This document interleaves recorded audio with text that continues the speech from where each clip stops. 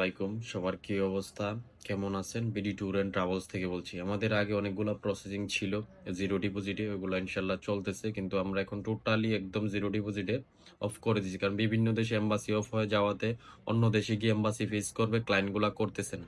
কারো কাছ থেকে আমি 1 টাকা নিয়ে কাজ করিনি, আমি আমার নিজের টাকা দিয়ে কাজ করছি।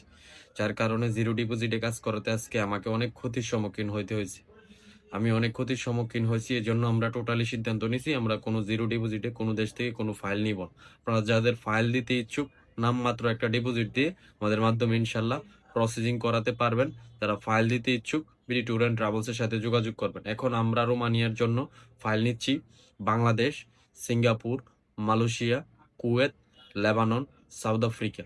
এসব দেশগুলাতে যেসব প্রবাসী ভাইয়েরা আছেন, আপনারা চাইলে ইনশাল্লাহ রোমানিয়ার জন্য ফাইল দিতে পারবেন। তবে সৌদি আরব, বাহরান, ওমান, ওমানে বর্তমানে এম্বাসি বন্ধ। সৌদি আরব, বাহরান, কাতার এসব দেশ থেকে হিউজ পরিমাণ আপনারা নক দেন।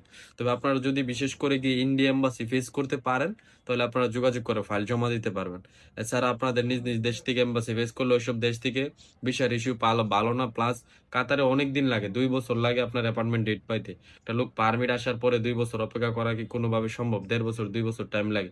সৌদি আরবে একদম ভিসার ইস্যু ভালো না। সৌদি থেকে যারা এম্বাসি ফেস করে ভিসার ইস্যু একদম নাই বললেই চলে।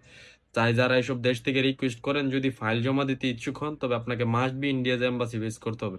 এরকম মন মানসিকতা থাকলে আপনি ফাইল দিতে পারেন।